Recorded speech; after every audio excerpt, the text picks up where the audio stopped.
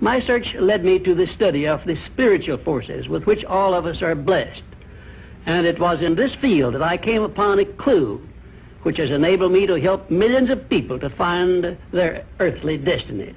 I want to describe my discovery in the simplest terms possible, because it will reveal to you why it is true that whatever the mind can conceive and believe, the mind can achieve, regardless of how many times you may have failed in the past or how lofty your aims and hopes may be.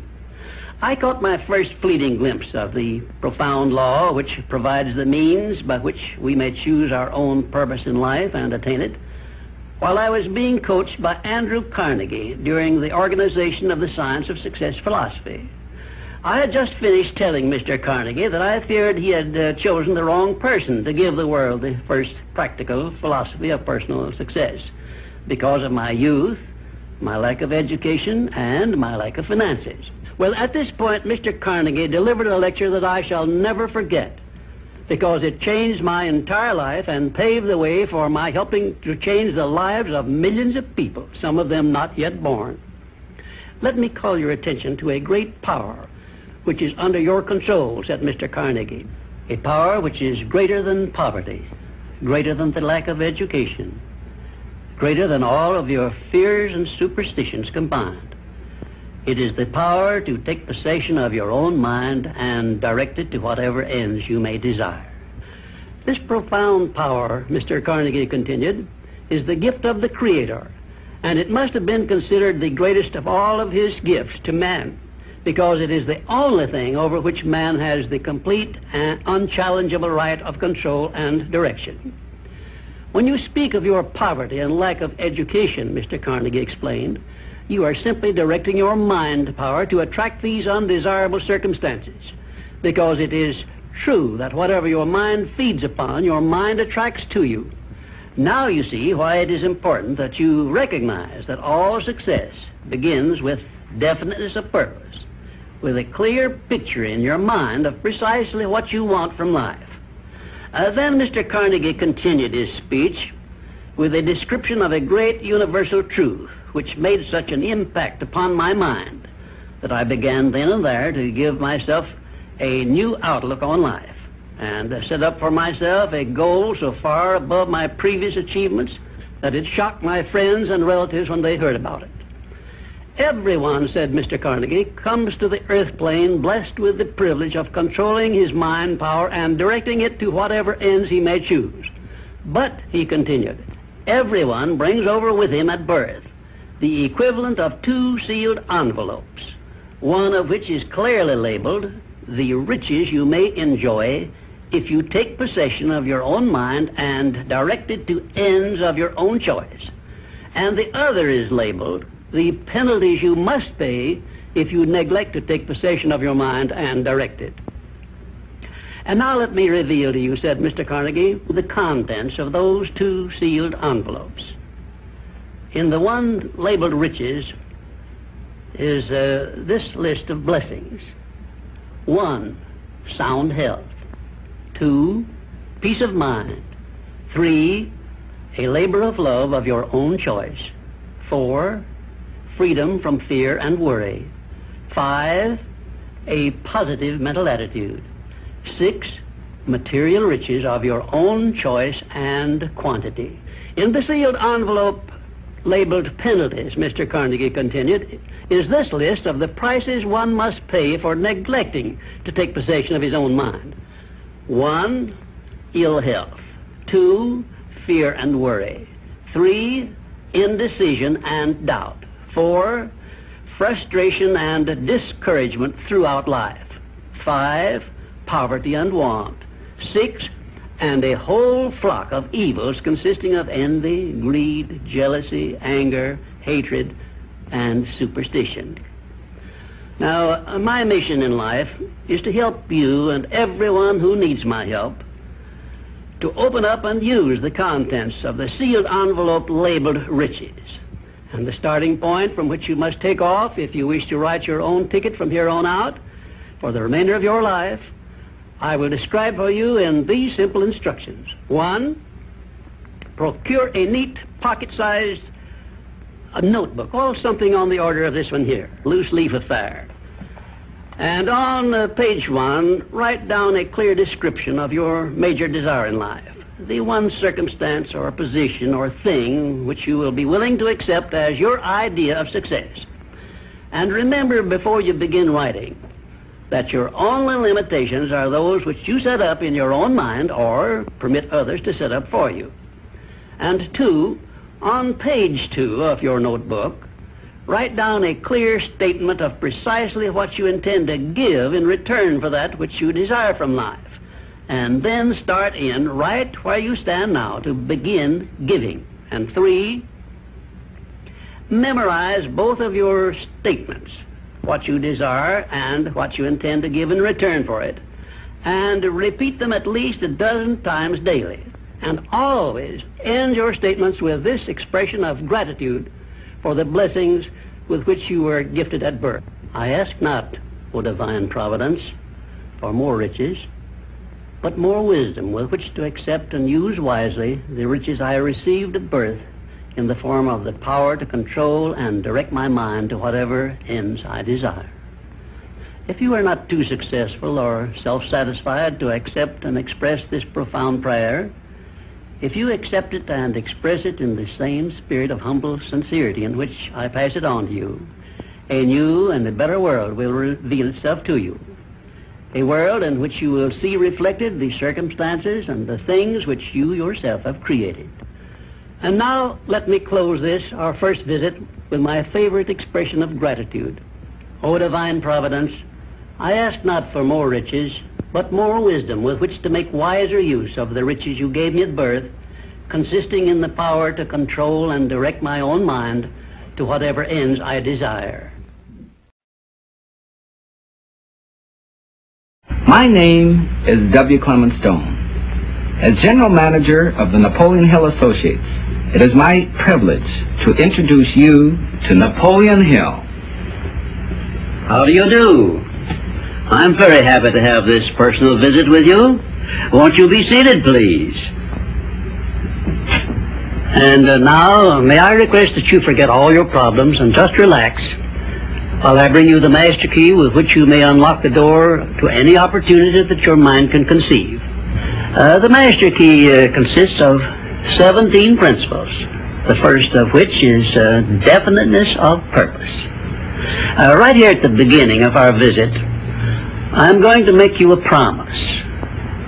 If you will decide definitely what you want most during your entire lifetime and write it down on paper so that I can read it, I will give you the master key with which you may open the door to the attainment of your desires, whatever they may be. The exact moment when I will deliver this master key to you will depend entirely upon when you are ready to receive it. This is the first of 13 messages that I will deliver to you. Now, in each message, I will describe the master key in terms that you will understand, if you are ready to understand. And now I shall give you the first cue as to the nature of the great master key which has been responsible for all the great successes in every calling, in every part of the world. Please listen carefully to what I have to say, because you may discover the secret of the master key in this first visit. You may get your first cue as to the nature of the great master key when I tell you that psychologists have discovered a natural law which is the very foundation of all personal successes. And I can describe it to you in one short sentence so you can understand it. Whatever the mind can conceive and believe, the mind can achieve. Isn't that a profound statement?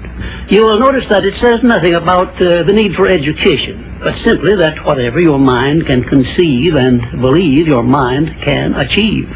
Now, if you want evidence that the mind can achieve whatever the mind can conceive without the benefit of formal education, you only have to remember that Thomas A. Edison conceived the idea of becoming an inventor and lived to become the world's greatest scientist in the field of invention.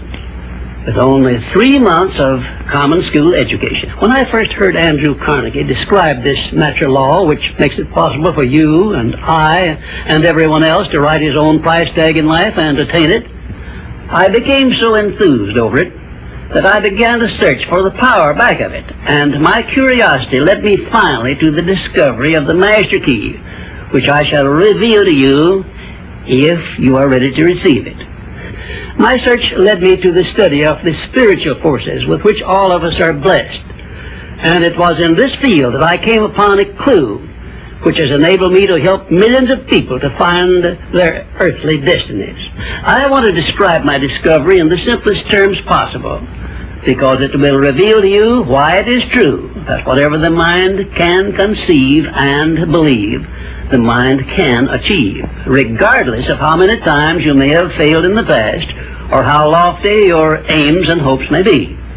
I caught my first fleeting glimpse of the profound law which provides the means by which we may choose our own purpose in life and attain it, while I was being coached by Andrew Carnegie during the organization of the Science of Success philosophy. I had just finished telling Mr. Carnegie that I feared he had chosen the wrong person to give the world the first practical philosophy of personal success because of my youth, my lack of education, and my lack of finances. Well, at this point, Mr. Carnegie delivered a lecture that I shall never forget, because it changed my entire life and paved the way for my helping to change the lives of millions of people, some of them not yet born. Let me call your attention to a great power which is under your control, said Mr. Carnegie, a power which is greater than poverty, greater than the lack of education, greater than all of your fears and superstitions combined. It is the power to take possession of your own mind and direct it to whatever ends you may desire.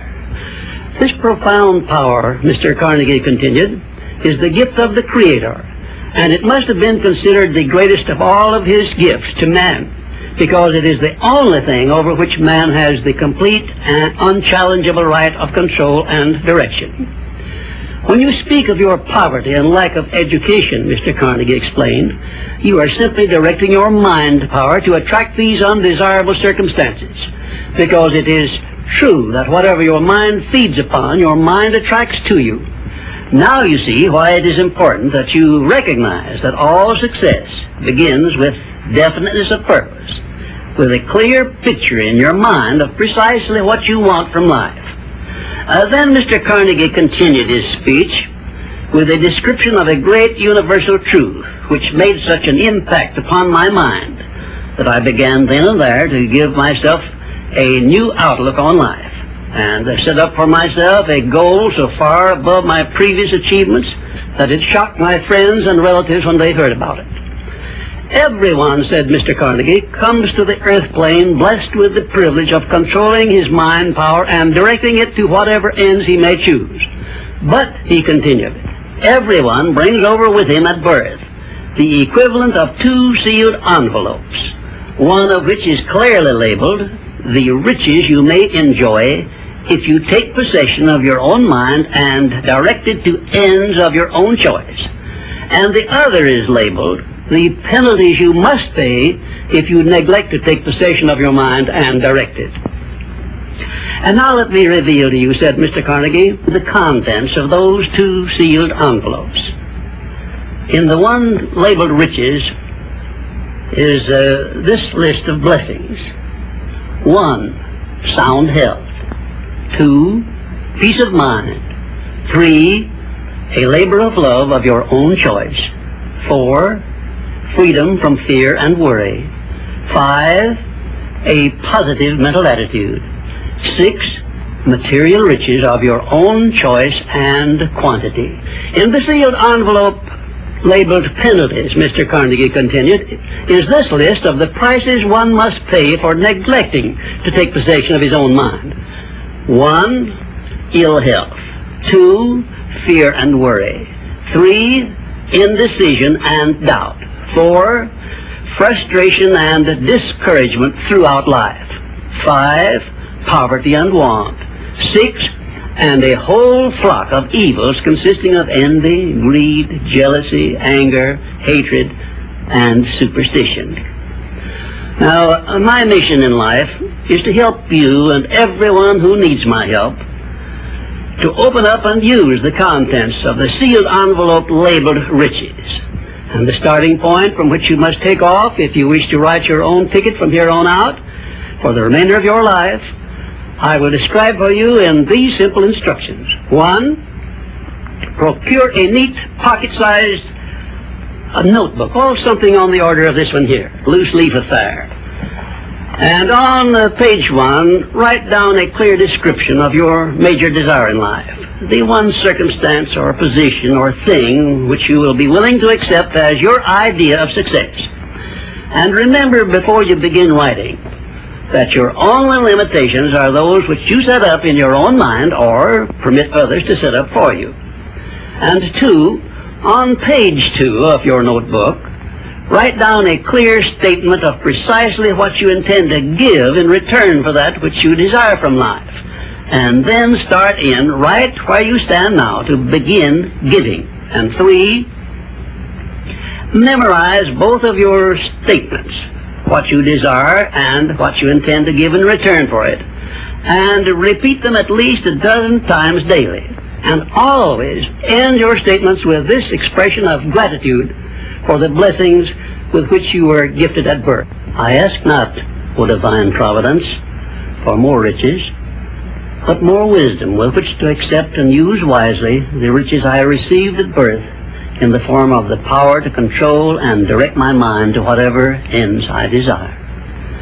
If you are not too successful or self-satisfied to accept and express this profound prayer, if you accept it and express it in the same spirit of humble sincerity in which I pass it on to you, a new and a better world will reveal itself to you. A world in which you will see reflected the circumstances and the things which you yourself have created. In my next visit, I will give you a description of the second principle of success, through the application of which you may make use of the education and experience of other people and get the necessary help you may need in attaining your definite major purpose in life. And now let me close this, our first visit, with my favorite expression of gratitude. O divine providence, I ask not for more riches, but more wisdom with which to make wiser use of the riches you gave me at birth, consisting in the power to control and direct my own mind to whatever ends I desire.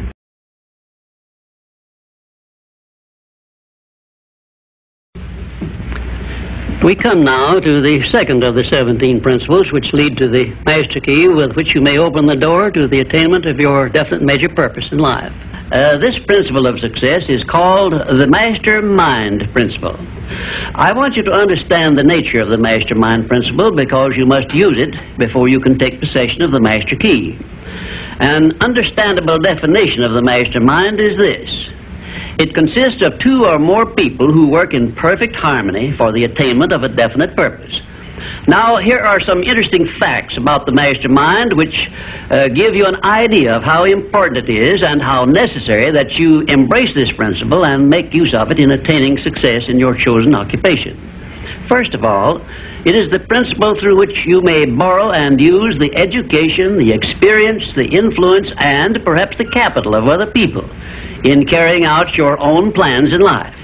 It is the principle through which you can accomplish in 1 year more than you could accomplish without it in a lifetime if you depended entirely upon your own efforts for success.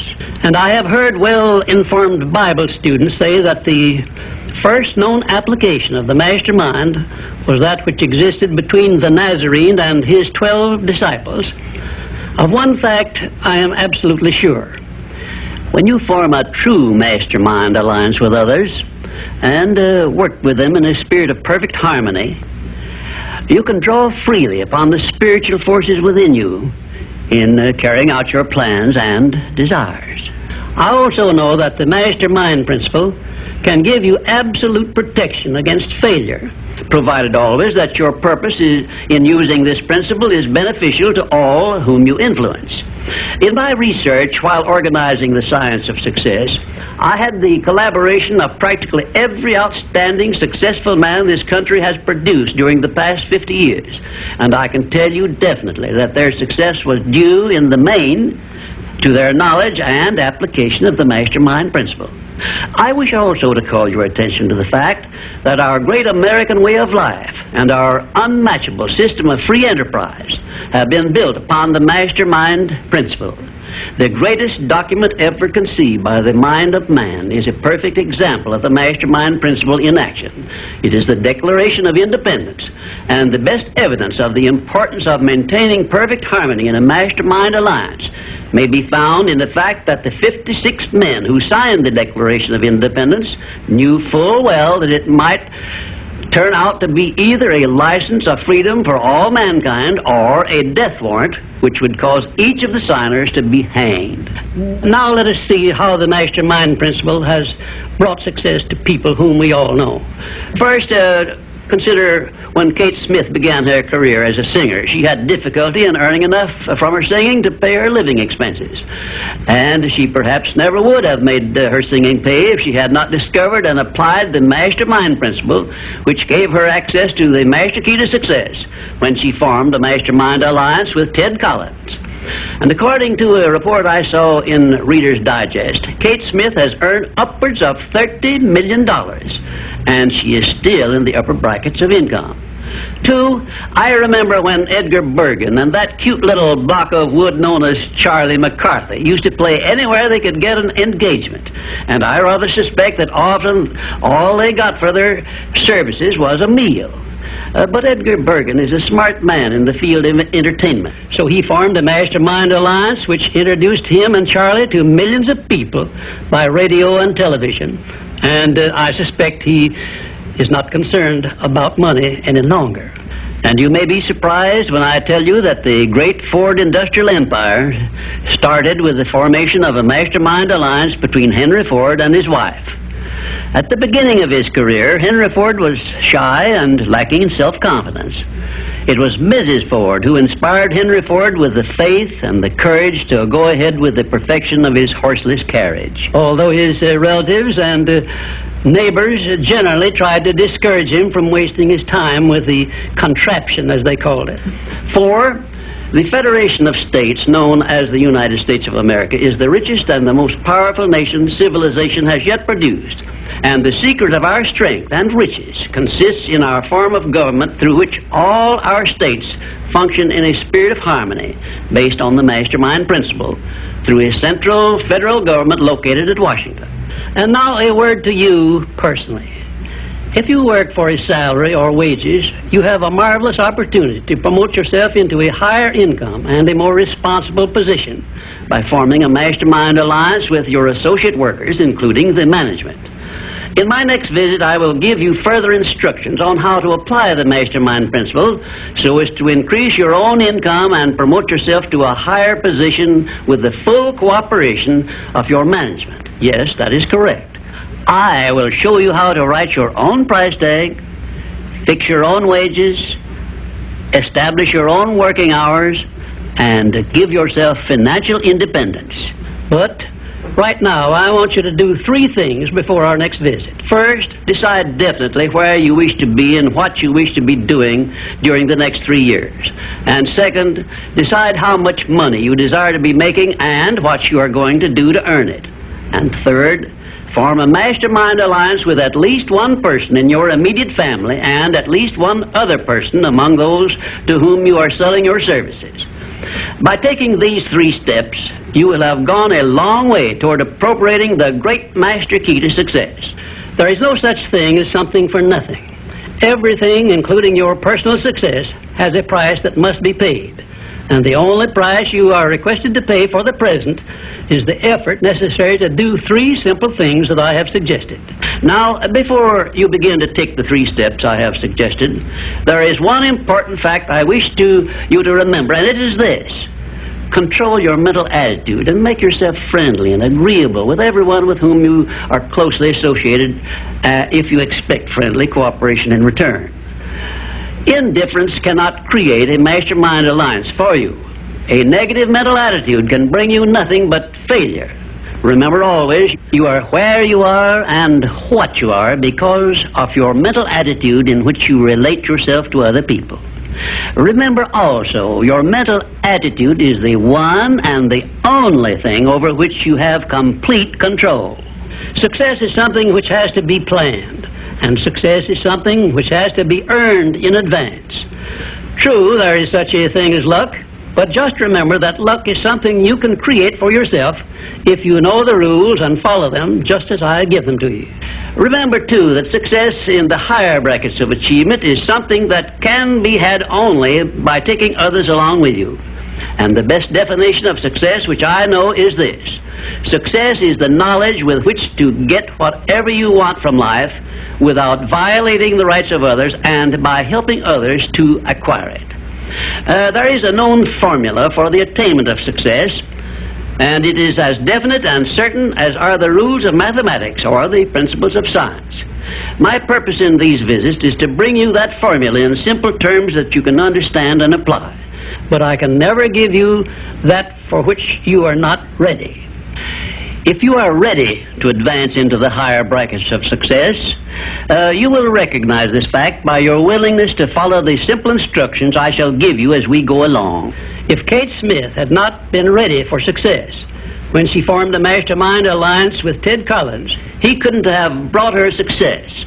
This thing called success is a very profound and interesting thing because the line of demarcation between success and failure is so slight that it is often hard to tell where one ends and the other begins. For example, in my association with the late Henry Ford, I recognized that he had thousands of people working for him who had much more education than he, more magnetic personalities, more ability to make friends, and a much better chance of succeeding than Mr. Ford had when he was working for wages. But Mr. Ford had one simple quality the others who worked for him did not possess. The same quality I will clearly describe for you in my future visits with you. Meanwhile, I would be interested in knowing if you can describe this one simple quality Henry Ford possessed, which made him the greatest industrialist this nation has ever produced. In my next visit, I will give you a definite clue as to the success quality which helped Henry Ford spread his influence throughout the world and make himself richer than Croesus, despite the fact that he had only a meager common school education. Until then, please be of good cheer, will you? And just remember that your only real limitation is the one you accept and set up in your own mind. Well, this, our third visit, brings us to the success principle which has marked the turning point of every person who has promoted himself or herself from the lower brackets of success to the higher planes of achievement where one acquires everything he desires. This principle is called the habit of going the extra mile, which means the habit of rendering more service and better service than one is expected to render and doing it in a positive mental attitude. I'm going to tell you all I know about this magic principle of self-advancement because it is the one rule you must follow if you expect to write your own price tag and to be sure of getting it. Let me describe this success principle for you in a brief formula which you can easily remember. I call it the QQMA formula, which means the quality of service you render plus the quantity of service you render plus the mental attitude in which you render service determines the space you occupy in your chosen calling and the compensation you get from your services.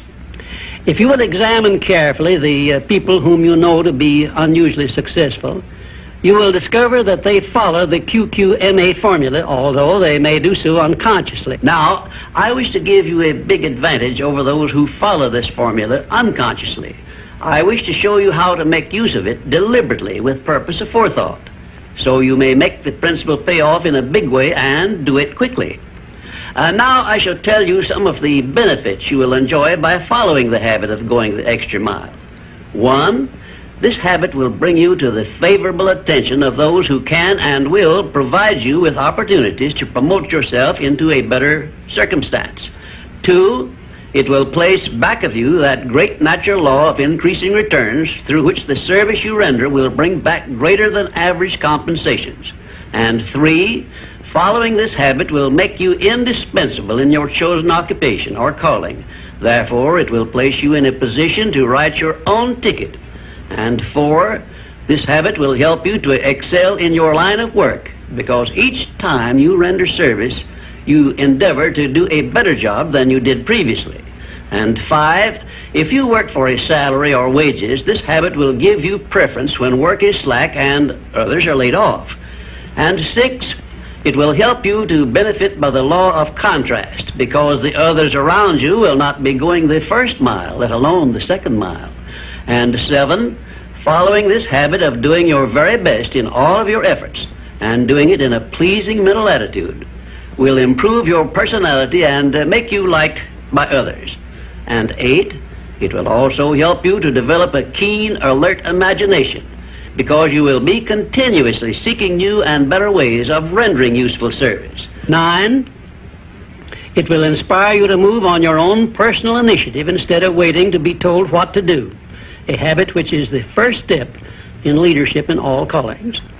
The habit of going the extra mile definitely develops greater self-reliance and gives one more courage to move ahead without the fear of criticism from others.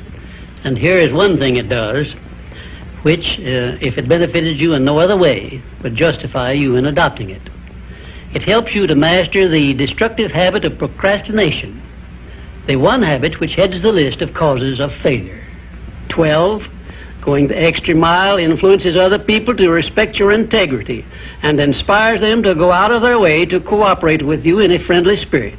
And 13, the habit helps you to develop definiteness of purpose, which is the starting point of all personal success. And it stops you from drifting through life without knowing what you want or where you are going.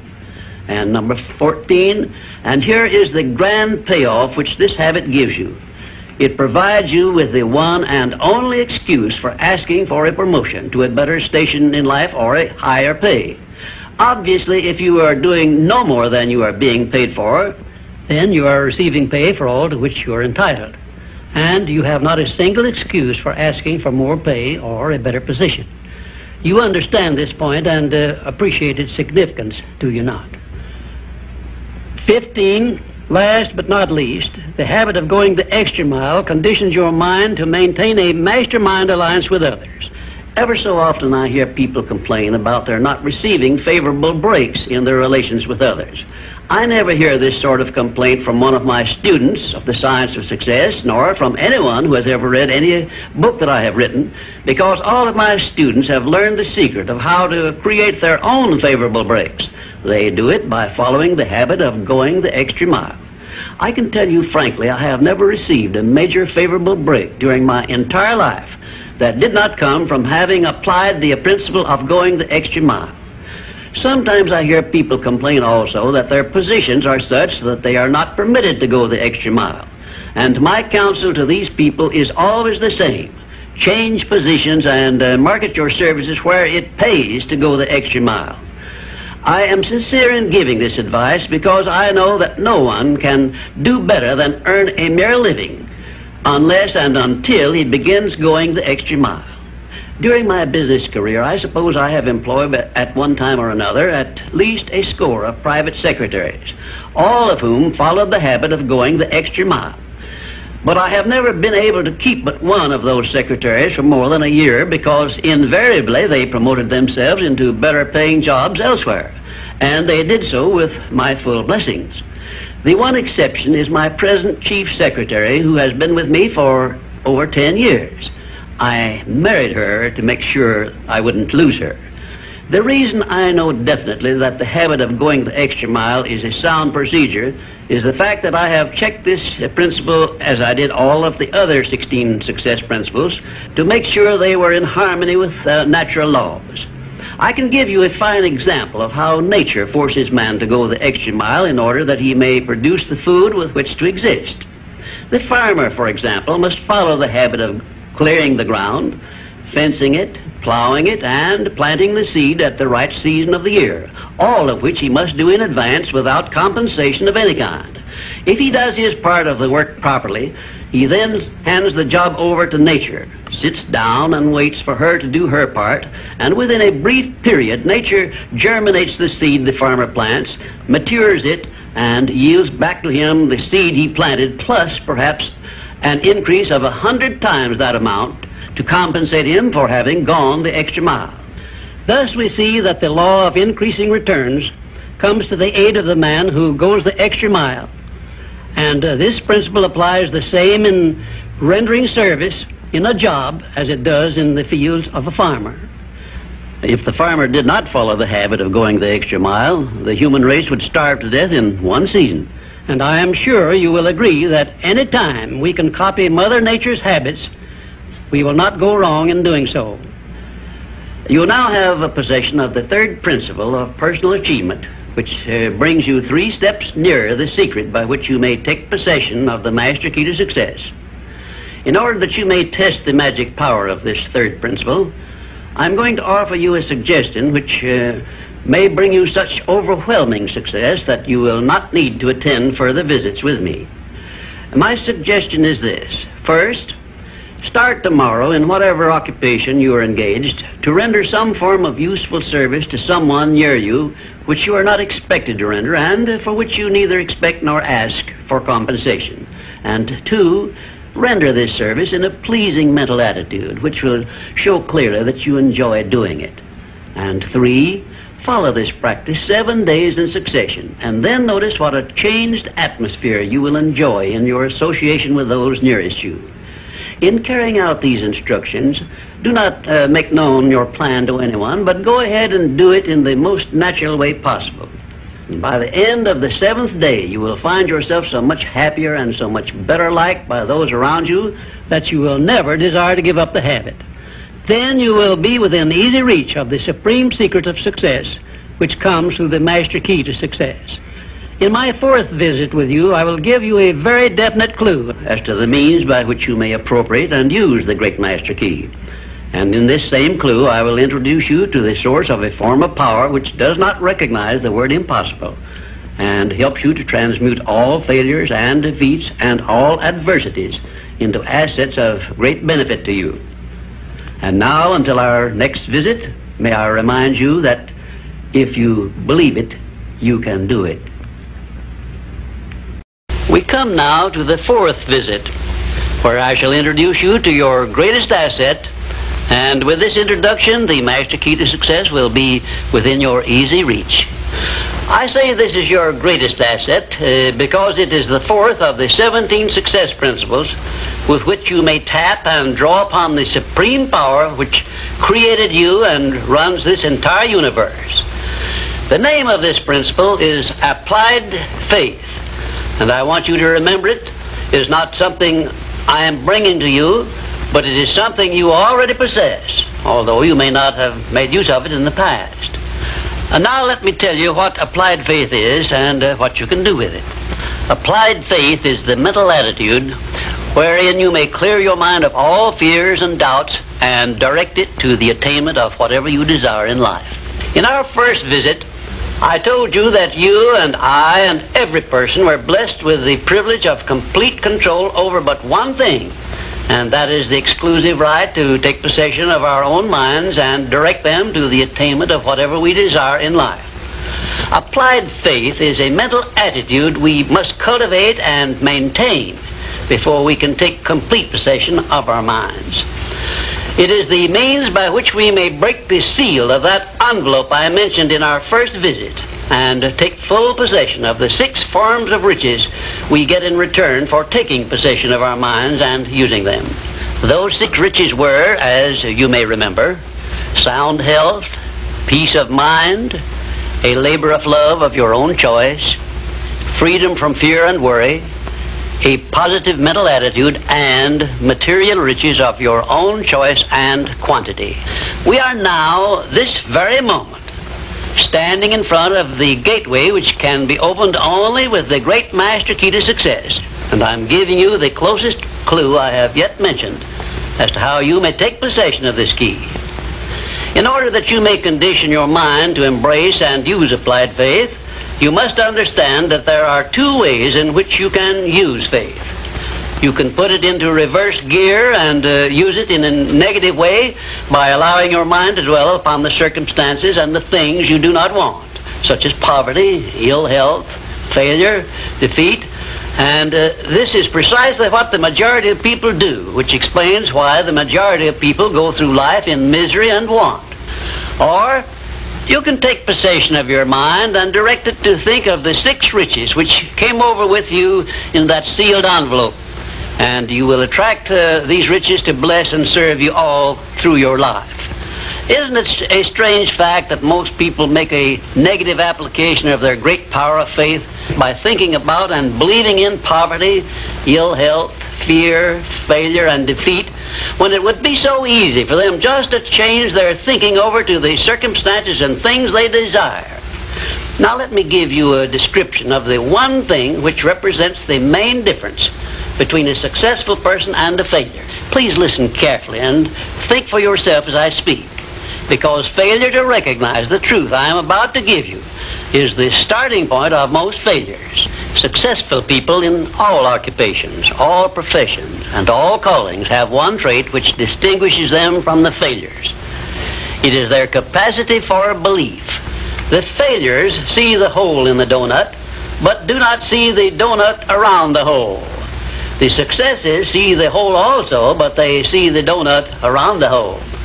Thomas A. Edison believed that he could perfect an incandescent electric lamp, and despite the fact that he failed over 10,000 times before he was crowned with success, he made his belief uncover the secret for which he was searching. Give one guess as to how many times the average person must fail before he quits. Fails because of the lack of capacity for belief. How many times can you meet with defeat before you give up the ghost and quit? Henry Ford believed he could build a self-propelled vehicle which would take the place of the horse and buggy. And despite the ridicule of relatives and neighbors and the lack of finances, he transmuted his belief into an industrial empire which changed the entire American way of life. Mind you, Ford did this with very little education and no operating capital to begin with. Right here, let me ask you a question which may well change your entire life. You perhaps have an idea or a plan which would be useful to other people, but you have done nothing about it because you lack the self-confidence to give you a start. In other words, you are now where Henry Ford was before he built the first model of his world-famous automobile. Mr. Ford broke through that wall of fear which may now be holding you back and put his idea into operation by making use of the mastermind principle I mentioned in our second visit through an alliance with his wife. Now, the question I wish to ask you is this. Why don't you form a mastermind alliance with someone and begin putting your ideas to work for you? Belief is truly a magic word because it is the beginning of all successes. It is the very foundation of civilization. It is the one quality you must develop before you can make use of the great master key to success. To be successful, you must become a person with a great capacity for belief, and the place to start believing is with yourself. You should begin by recognizing that you were born with the privilege of complete control over your own mind. You should also recognize that by the application of the master key to success, which I am passing on to you through these visits, you can take full possession of your mind and make it yield you whatever you demand in life. Observe, I use the word demand, not beg. The Creator never intended for you to beg for anything. If He had, He would not have blessed you with full control over your own mind. If your life is not what you want it to be, you can change it. As a matter of fact, you can do anything within reason that you desire to do if you embrace the principle of applied faith and keep it directed to the attainment of the things you want and off the things you do not want. I should know what I'm talking about because I was handicapped at birth by the 4 horsemen which keep most people in bondage all the days of their lives: poverty, fear, illiteracy, and superstition. I have discovered the master key which gives one deliverance from all the evils one does not want and opens wide the gateway to the riches which the Creator intended every person to enjoy on this earth.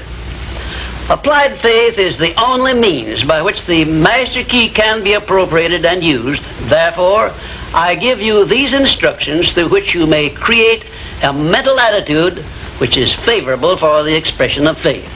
1, know what you want and believe that you can and will get it. 2, give expressions of gratitude many times daily for having received that which you want, even before you actually get physical possession of it. Possession starts first in the mind.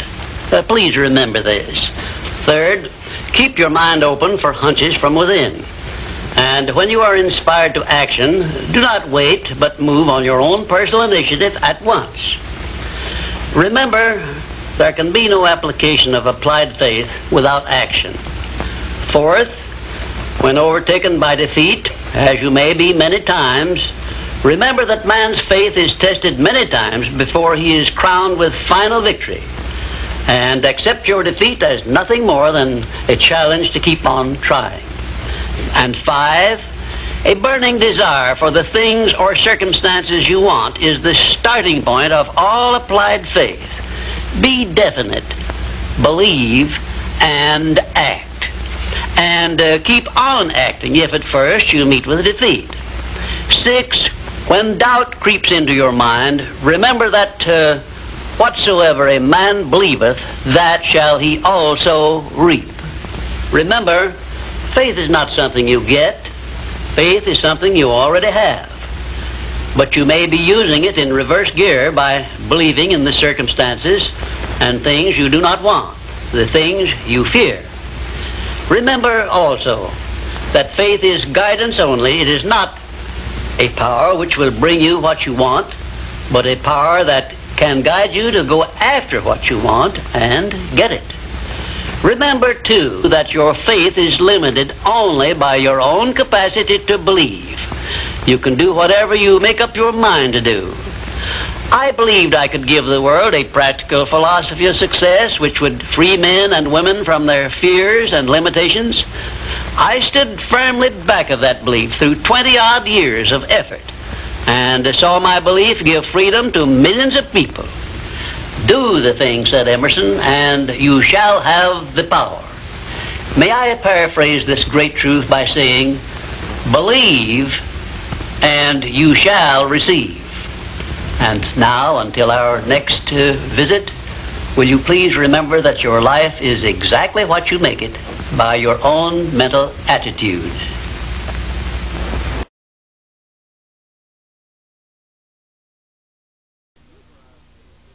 I'm happy to be with you for our 5th visit, and our subject is a pleasing personality. Your personality determines whether people are attracted to you or shy away from you. It is the show window in which you display your character to the world, and it is the one thing which distinguishes you from all other human beings. It is your trademark by which people recognize you, and it is the thing which determines your success or failure in selling yourself through life. Therefore, you should see your personality just as others see it, so you may improve it where it needs improvement. Your personality consists of more than 30 different factors, traits, and characteristics.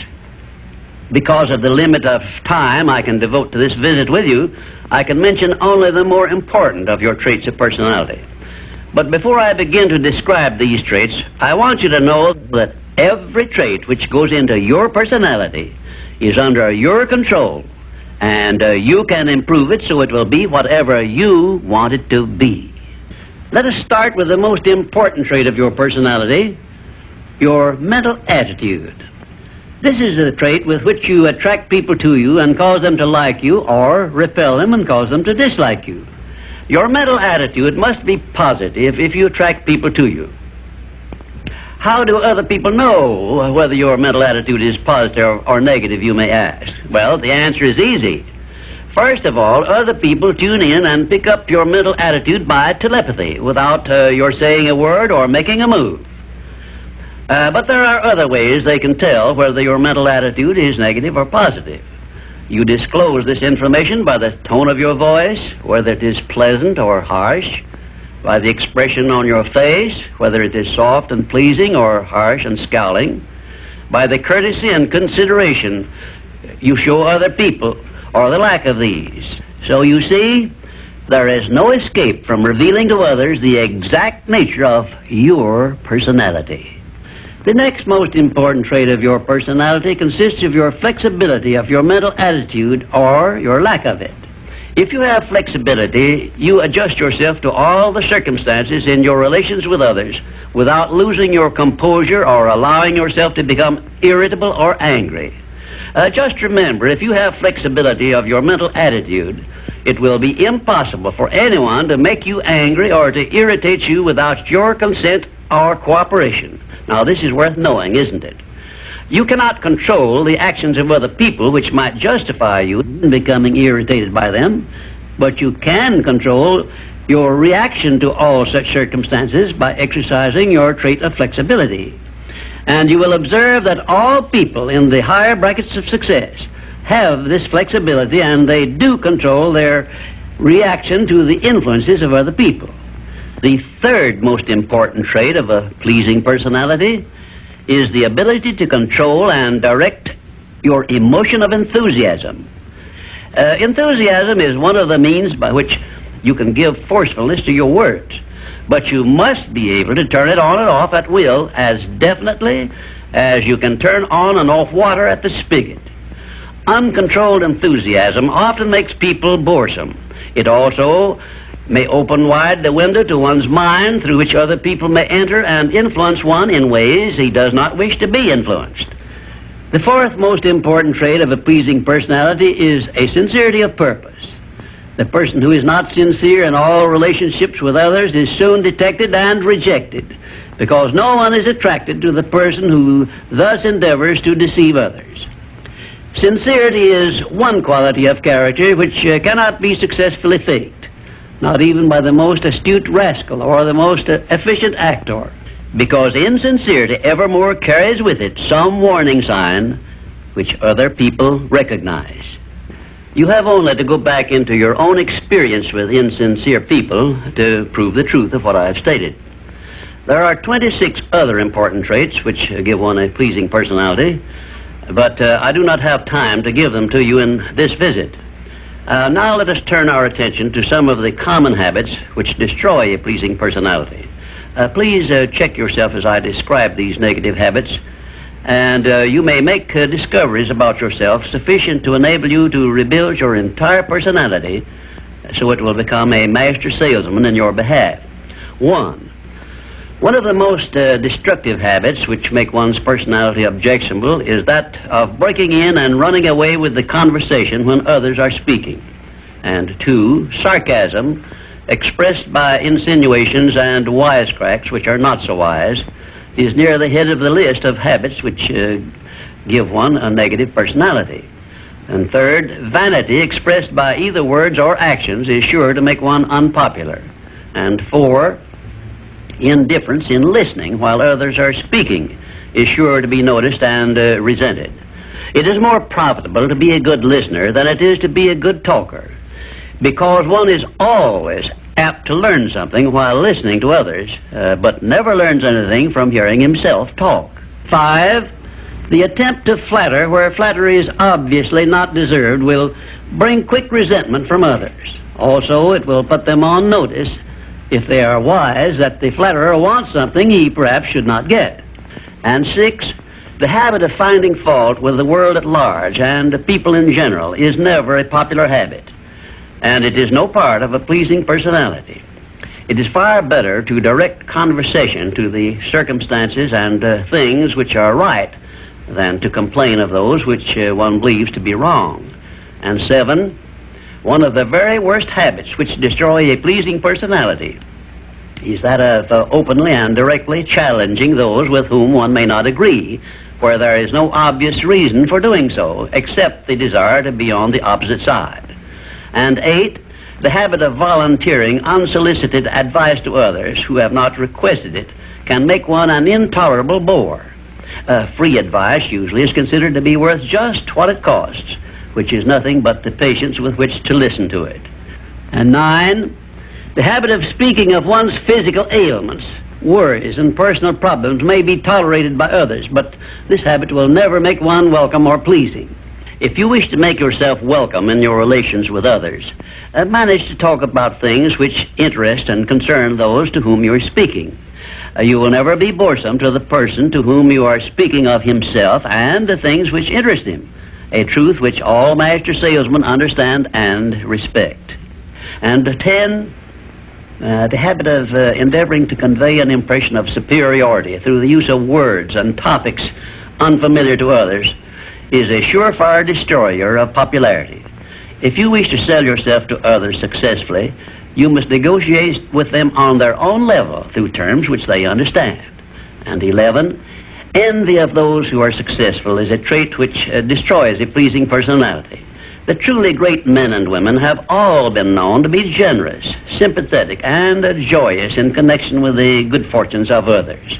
And 12, slovenliness in body, posture, and in clothing never attracts but always repels others. Clothes make not the man, as has been said, but they surely give him a mighty good start if they are appropriate and properly worn. Carelessness in body carriage and posture is immediately traceable to a negative mental attitude. If you are free from these 12 common habits which make one unpopular, you probably have a very pleasing personality. There are 5 other negative habits which make one unpopular, which I have not had the time to mention. Remember this, please. If you are not liked by other people, you may be sure there is a reason which you can detect and correct. It is unnatural for one person to dislike another without a cause. Before you can make full use of the master key to success, you will need to make your personality pleasing. This will require courage on your part and honesty with yourself. A pleasing personality stands near the head of the list of assets which make one truly rich. I was impressed with this truth many years ago when I heard Andrew Carnegie say that he paid his right-hand mastermind ally, Charles M. Schwab, $75,000 a year for the services he rendered directly. But he often gave Mr. Schwab a bonus at the end of the year of $1 million for the influence he exerted on his associate workers because of his pleasing personality. You see, therefore, Andrew Carnegie, who has been said to have been the greatest judge of men this nation has ever known, placed a value on a pleasing personality of more than 10 times as much as he valued the personal services of his right-hand man. Perhaps this will give you a clue that may help you up the market value of your personality. And now, until we meet again, may I wish you health, wealth, and peace of mind. This visit brings us to the 6th principle of success, without which the 5 principles I have given you previously would be useless. It is the principle of self-discipline. Self-discipline, as I am presenting it to you here, has reference not only to your mastery of negative habits, which stand in the way of your success, but more particularly to your development and enforcement of the positive habits you will need in order to avail yourself of the 6 assets you brought over with you in that sealed envelope I mentioned in our first visit. Now let me give you a list of the more important things over which you will have to exercise self-discipline before you can embrace and use the great master key to riches. 1, you will have to gain mastery over your tongue by acquiring the habit of thinking first and then speaking after you are sure that what you say will benefit you and not injure others. A loose tongue often is one's greatest liability. 2, you will have to exercise self-discipline in mastering the common tendency to strike back at those at whom you have a cause, real or imaginary, for a grievance. You must remember that everything you do to or for another, you do to or for yourself, because your every thought and every act which benefits or injures another person comes back to you in kind, greatly multiplied. So, if you feel that you must slander another person, do not speak it, but write it. Write it in the sands near the water's edge, then move away from it until the tides have flown. 3, You will have to exercise self-discipline over all of your emotions, particularly your emotions of love, hate, fear, and sex. These are the big four of your emotions, and they can make you or break you according to the extent of discipline you exercise over them. 4. Your mental attitude needs discipline and control at all times. Lacking this discipline, it can, and it often does, drive away friends, destroy opportunities to get ahead, brings on physical and mental illness, develops stomach ulcers, and makes peace of mind impossible. 5. I have reserved the emotion of sex for special mention, because failure to exercise self-discipline over this emotion probably heads the list of all the causes of personal failure. The emotion of sex is the most powerful of all emotions, and it is nature's great creative instrument with which all species of living things are perpetuated. The proper means of self-discipline of the emotion of sex is transmutation, the control and direction of this great emotional feeling toward the attainment of worthy purposes, such as the fulfillment of one's major purpose in life. The great leaders, artists, orators, industrialists, and professional people have learned the art of sex transmutation through the proper system of self-discipline. Because of the delicacy of the subject of sex emotion, I am limited as to the information I can give you about it on this visit. But I have covered the subject much more in detail in some of my books. And 6, your stomach also needs discipline through the proper habits of dieting and fasting, because information on dieting and fasting should come from your own doctor.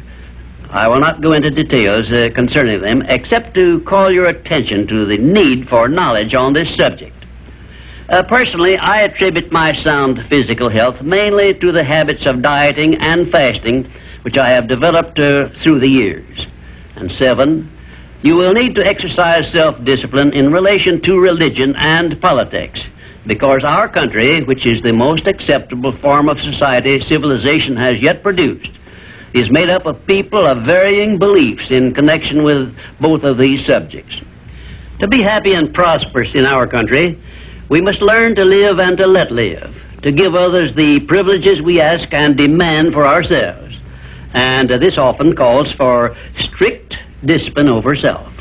8, but I have reserved until the last my reference to the most important circumstances over which you must exercise the strictest of self-discipline if you are to embrace and use the great master key to riches. I have reference to your profound privilege of taking possession of your own mind and directing it to whatever ends you may desire. You cannot take possession of your own mind or direct it to definite ends without a practical system. I have devoted the better portion of my past life to the revelation and presentation of such a system. And I know that this system works because it has been successfully used by many millions of people throughout the world.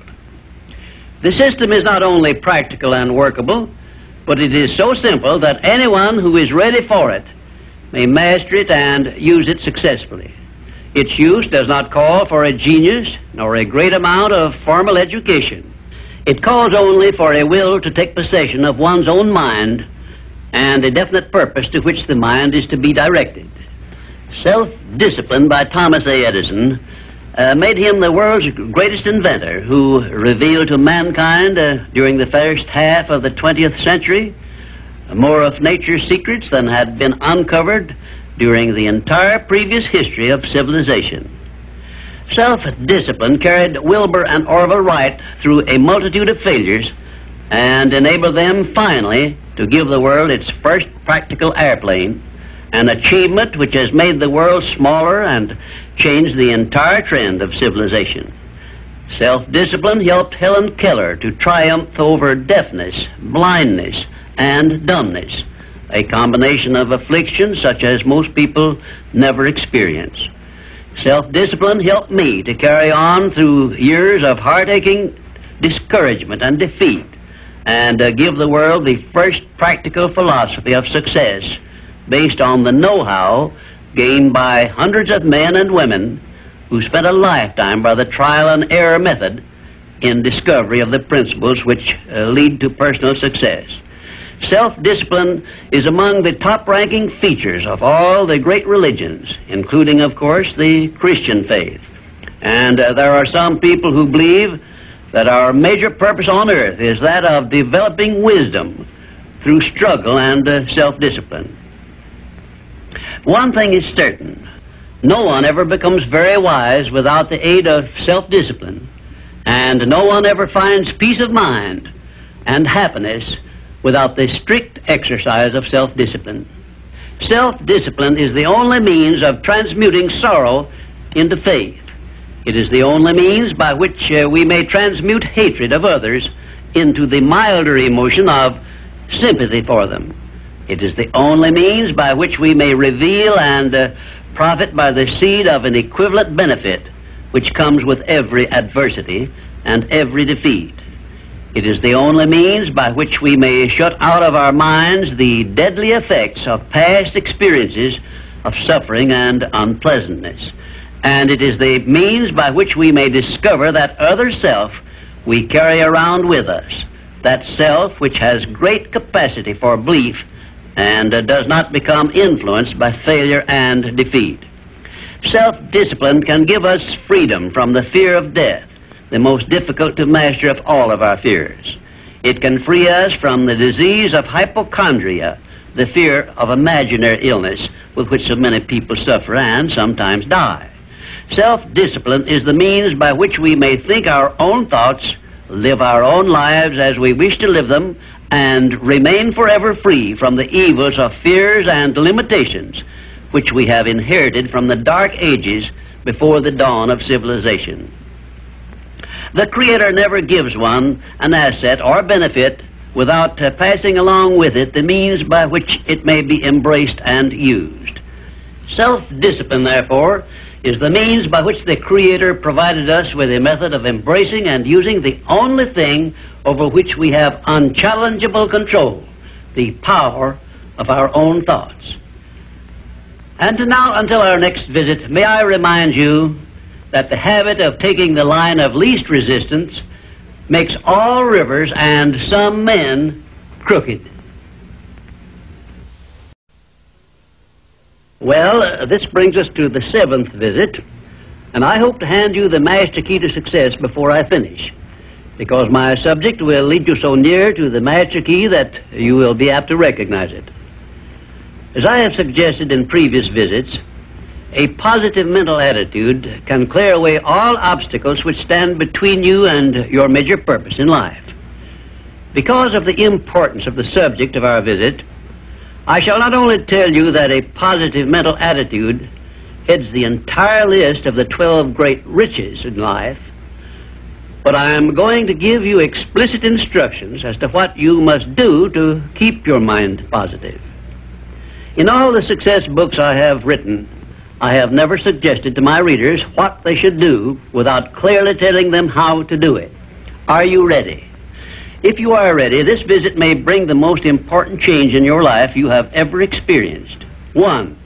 Learn to adjust yourself to other people's state of mind and difficulties so as to get along peacefully with them and to refrain from taking notice of trivial circumstances in your relations with other people by refusing to allow them to become controversial incidents. Great people always avoid small incidents of controversy when possible. 2. Establish for yourself a definite fixed system of conditioning your mind at the beginning of each day so you will keep it positive under all circumstances. 3. Learn the art of selling yourself to other people by indirection, such as asking leading questions which will bring out the sort of reactions from others which you desire. And do not permit yourself to be drawn into argument over unimportant subjects. 4. Adopt the habit of having a good hearty laugh every time you become irritated or angry, and it will help you if you begin each day with 1 minute of hearty laughing. This will change the chemistry of your brain and start you out with a positive mental attitude. However, you had better get out of sight when you take your laughing exercise. 5. Start each day with an expression of gratitude for all the adversities defeats, failures you have experienced in the past, and search for the seed of an equivalent benefit these have yielded you through the passing of time. Then give thanks for the blessings you expect to receive during the day. 6. Learn to concentrate your attention on the can-do portion of all of your problems and desires, and start action where you stand in carrying out this portion. No matter what may be your problem or your desire, there is always something you can do right now that will help you. Find out what this something is and do it. 7. Learn to transmute all unpleasant circumstances into immediate action which calls for a positive mental attitude, and make this a fixed habit. For example, when you are angry, switch your mind to some sort of action in connection with your hobby or your major purpose in life, and keep it busy with that subject for 5 minutes. 8. Recognize that every circumstance which influences your life, whether it is a pleasant or unpleasant circumstance, is grist for your mill of life, and so use it to make it pay you dividends in one form or another, remembering meanwhile that your strength grows out of your struggles. Follow this instruction, and you will soon learn that there is no such thing as an unprofitable experience. 9. Look upon your life as a continuous process of education, of learning from all your experiences, good and bad, and to be always on the alert for gains of wisdom which come to you a little at a time in both your pleasant and unpleasant experiences. 10. Make the world over to fit your own pattern if you choose, but begin with yourself in some sort of self-improvement which will make you more open-minded, patient, and generous in your relations with others. 11. Express gratitude twice daily for your recognition of the fact that you have been given complete control over your own mind, and ask for guidance in order that you may use this profound gift wisely in all your thoughts and acts. 12. Go out of your way daily to comment enthusiastically on the good qualities of those with whom you live and work, but do not mention their negative qualities.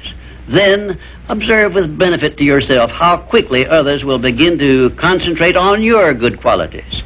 Remember, I'm still talking about how to keep your mind positive. And 13, accept all criticism of yourself as an occasion for self-examination to determine how much of it is justified, and you will be sure to make startling discoveries about yourself which will help you to the remainder of your life.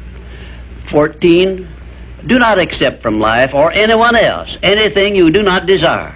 And remember that Mahatma Gandhi proved himself to be more powerful than the great British military forces by this simple method of passive resistance.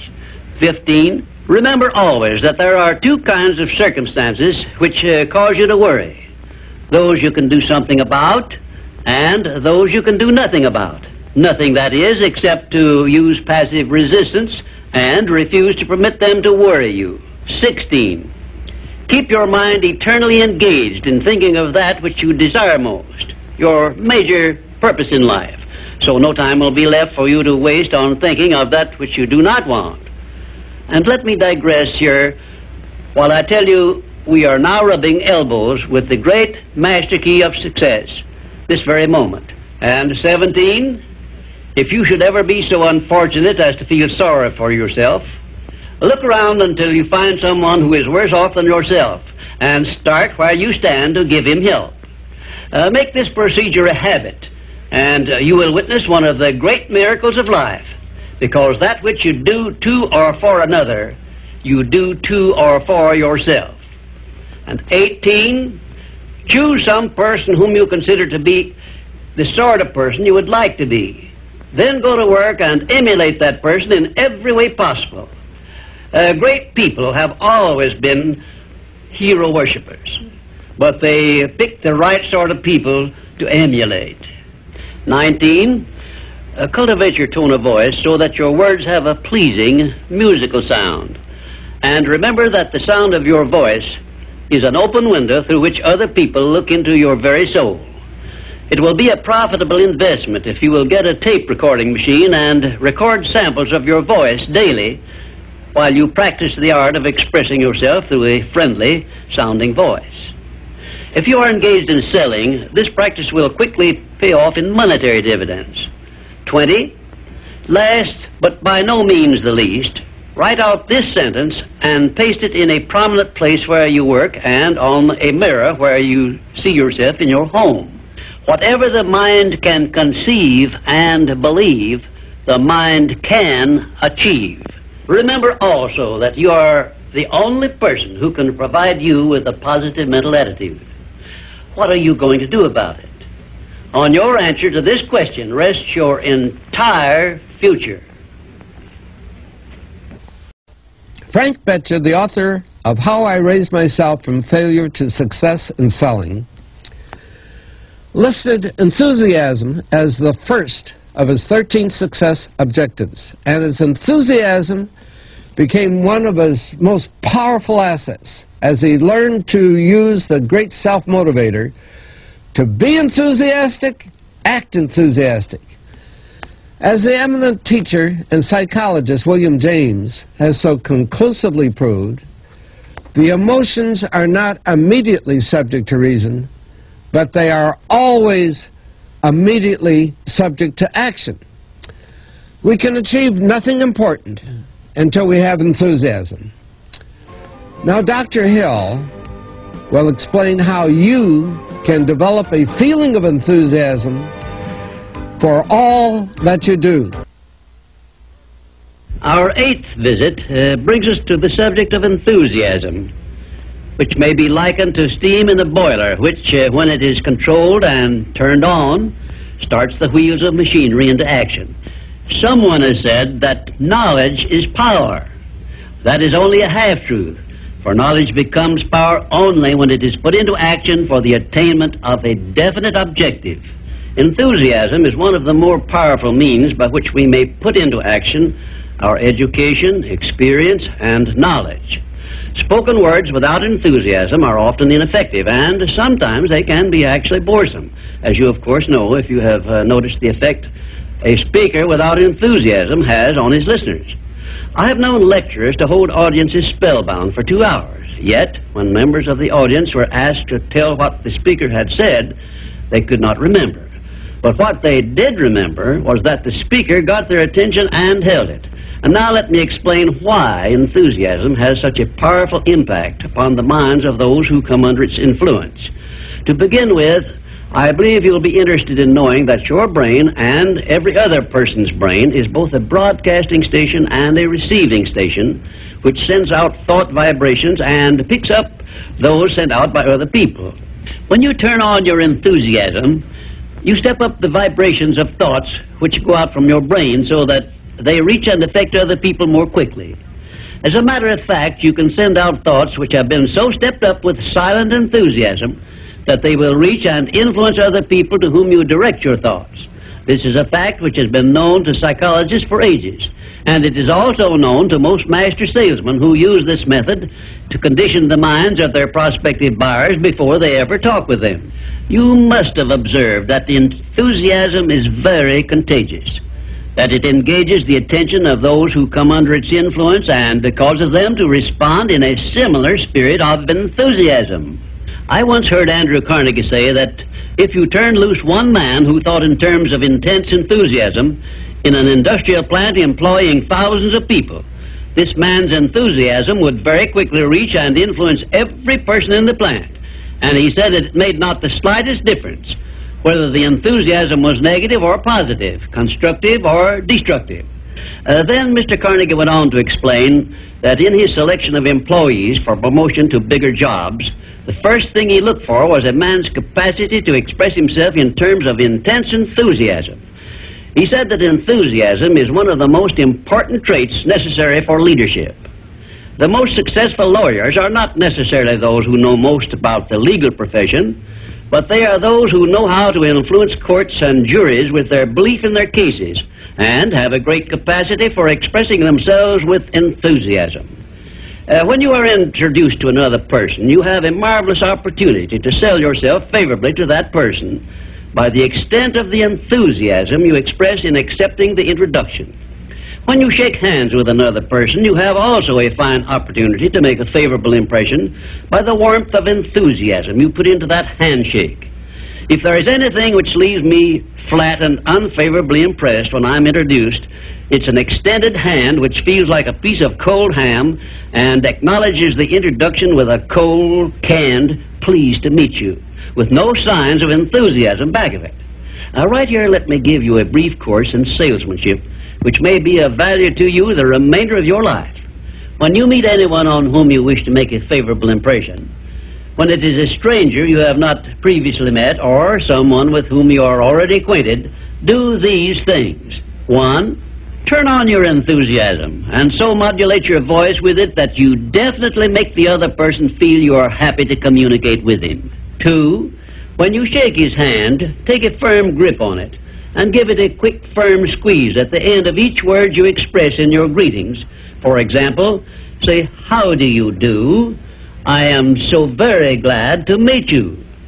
Do not crush the hand, however, as I have known some people to do. 3, then, if you begin the conversation, be sure that you direct it to some subject of interest to the other person. And 4, follow through by eagerly asking questions which will keep attention focused upon the other person. Then, when you are ready to have the other person hear what you have to say about yourself or your interest or your business, he will have been prepared to listen attentively. I've often told my students of salesmanship that the best possible way for one to sell himself to others is to first sell the others to themselves. That counsel was sound when I began training salesmen over 30 years ago, and it is still sound. When I was a youngster in school, I discovered that the teachers from whom I learned most were those who expressed the greatest enthusiasm in their teaching. And I have heard an experienced doctor say that the enthusiasm he carries into the sick room with him has more to do with helping to bring about a cure than all the medicine he can prescribe. Enthusiasm is an expression of a positive mental attitude, and it has long been known to doctors that a positive mental attitude stands high on the list of influences which give one sound health. I have heard it said, for example, that only one thing causes stomach ulcers, and that is worry or a negative mental attitude. And only one thing can cure stomach ulcers, and that is a positive mental attitude. It seems that disease germs cannot live and thrive in the bloodstream of one whose mind is always positive. I have still another very important observation concerning the power of enthusiasm, which I wish to give you. I have observed that prayers expressed with intense enthusiasm bring much quicker and more satisfactory results. Now, you can try this for yourself and be convinced. I began experimenting with this idea many years ago, and from my experiences I gathered the information which caused me to change my method of prayer entirely. I now use the prayer I recommended to you on previous visits, with the gratifying results that I get quicker and more favorable action from my prayers than I did when I expressed them in a spirit which lacked enthusiasm. I suggest that a very practical way to begin learning to express yourself with enthusiasm will be to follow the habit of reading aloud for 10 minutes daily, putting all the enthusiasm at your command into your reading.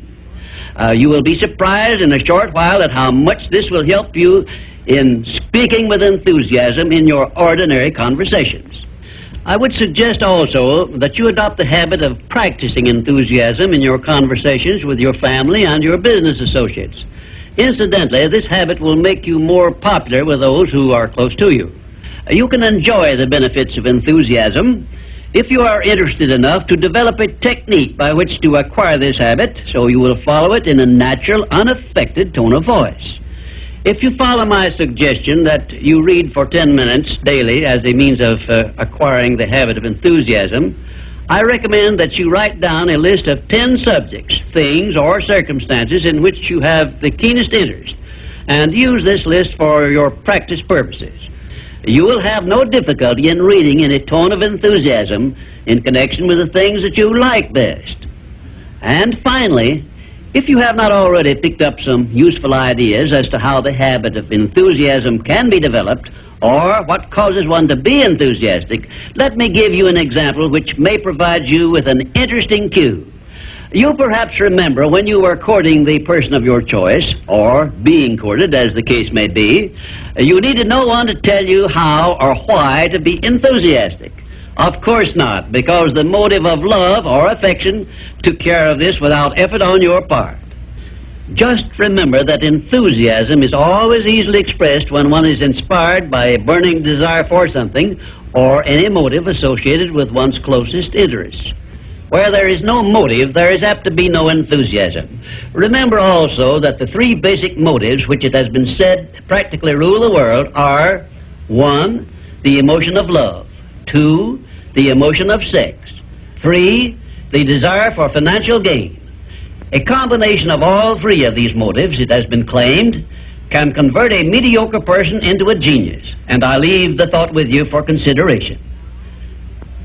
And now, until our next visit, I ask that you try the habit of moving with enthusiasm in all of your daily work and see how much better you will feel. We come now to the 9th visit, where we shall analyze the 9th principle of success, which is personal initiative. Personal initiative is the dynamo which starts the faculty of imagination into action, in the process of translating one's definite major purpose into its physical or financial equivalent. If you aim for success above mediocrity, you will need to learn to act on your own personal initiative, because your success is something which you must achieve for yourself without someone telling you what to do or how to do it. Incidentally, Cyrus H.K. Curtis, the former owner of the Saturday Evening Post, and one of my collaborators in organizing the Science of Success philosophy, was responsible for a motto on personal initiative of such great importance that I want you to have it. Said he, "There are two kinds of men who never amount to much: those who cannot do as they are told, and those who can do nothing else." Of course, Mr. Curtis's implication is very clear. He implied that those who amount to something worthwhile in life are those who move on their own personal initiative without being told what to do or why they should do it. The men who stand out in the minds of the public as the greatest successes from the days of George Washington on to the present are those who chose their own occupation, business, or profession, and moved on their own personal initiative in achieving their purpose. And those who are getting ahead most rapidly today, no matter in what position they began, are those who promote themselves to a higher place in life by acting on their own personal initiative. The habit of personal initiative not only inspires one to move on his own responsibility, but it also influences him to carry through until he completes that which he undertakes in a manner pleasing to all concerned, because he knows that a winner never quits and a quitter never wins. And right here is an appropriate place to say something I perhaps should have said before, namely, that a big success is made up of a great number of little circumstances, each of which is so small and seemingly insignificant that most people pass it by as not worthy of notice. Some may think, for example, that the habit of personal initiative is unimportant, but we have only to take a look at the record of some of our greatest successes to recognize that personal initiative was an important factor without which they never would have achieved success. For example, no one told F.W. Woolworth to start a 5 and 10 cent store. The idea was his own. He acted on his own personal initiative in putting his idea into action, and to live to see it yield him a fortune well above $100 million. My distinguished business associate, W. Clement Stone, started his insurance business on his own personal initiative with an operating capital of only $100. But he followed through on that same personal initiative and made his humble beginning yield an annual gross income of many millions of dollars. And it was that same habit of acting on his own personal initiative, of doing the thing he wanted to do, which inspired Mr. Stone to join forces with me in taking the Science of Success philosophy to millions of people throughout the world, an undertaking which it is believed may help more people to find their places in the world than has any other influence during the past 100 years. The habit of personal initiative was the chief trait which helped Henry J. Kaiser to build a great industrial empire and raise himself to a high position in the industrial world. It was this trait of personal initiative which inspired Mr. Kaiser to pile up such an enormous record in the building of ships during World War II, despite the fact that he had never built ships before.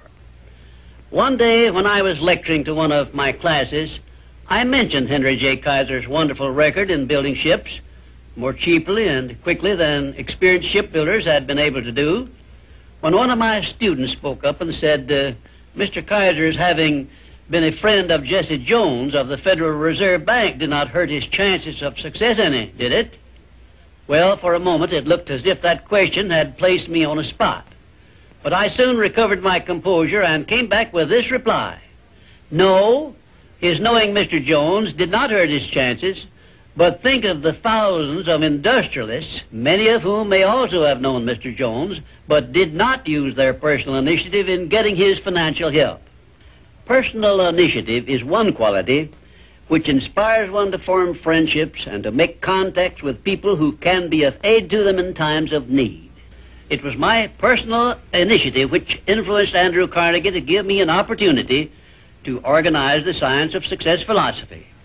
I now wish to give you an outline of the more important attributes of the person who has sufficient personal initiative to give him leadership in his chosen occupation. 1. First of all, the person who follows the habit of personal initiative has a definite major purpose in life and a plan for its attainment. 2.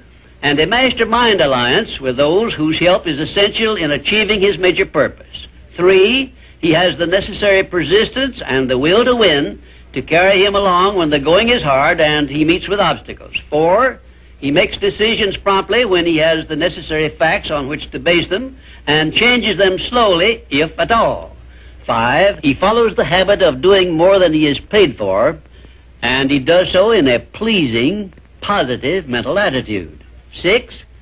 He accepts full responsibility for everything he undertakes and never passes the buck when things go wrong. 7. He can take friendly criticism without resentment because he has learned to profit by it. 8. He knows what the 9 basic motives are which inspire all human endeavors and never requests anyone to do anything for him without giving that person an adequate motive for doing so. 9. He never expresses an opinion about anything unless he has thought the subject through and is prepared to state how he came by his opinion. 10. He follows the habit of listening much and talking only when he has something to say which may benefit himself or others. 11. He has a well-developed sense of observation of small details and knows his job from the smallest detail to the greatest. 12. He never tells anyone to do anything without suggesting why it should be done and how it may be done best. 13. He follows the habit of concentrating his full attention on one thing at a time. 14. His mental attitude is positive at all times when he is in communication with other people.